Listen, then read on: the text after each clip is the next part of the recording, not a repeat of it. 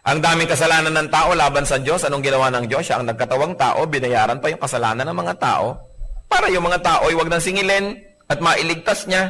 Kaya pag nagpaligtas ka kay Jesus, ligtas ka na. Pinabayaran mo sa Kanya yung utang mo, bayad na. Practical. It can be done. It can be practiced. Why? Because God is merciful. Mahabagin.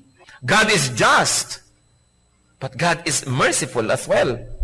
Kaya sabi kayo, para matawag ng mga anak ng Diyos, dapat kayo mahabagin. Kasi ang ama nyo ay mahabagin.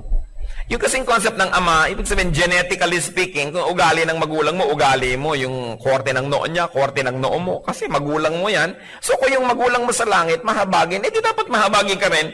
At pag nagiging mahabagin ka na, nagbibigay ka sa hindi makakapagbayad, natatawag na, oo nga, anak nga yan ng Diyos. Kasi nga ang Diyos nagbigay sa mga tao na kahit ano naman ang gawin ng tao, di rin niya kayang magbayad. Kung tayo nagbibigay lang sa nagbabayad, di ganon din ang gagawin ng Diyos sa atin. Di hindi tayo bibigyan kasi hindi naman natin kaya magbayad.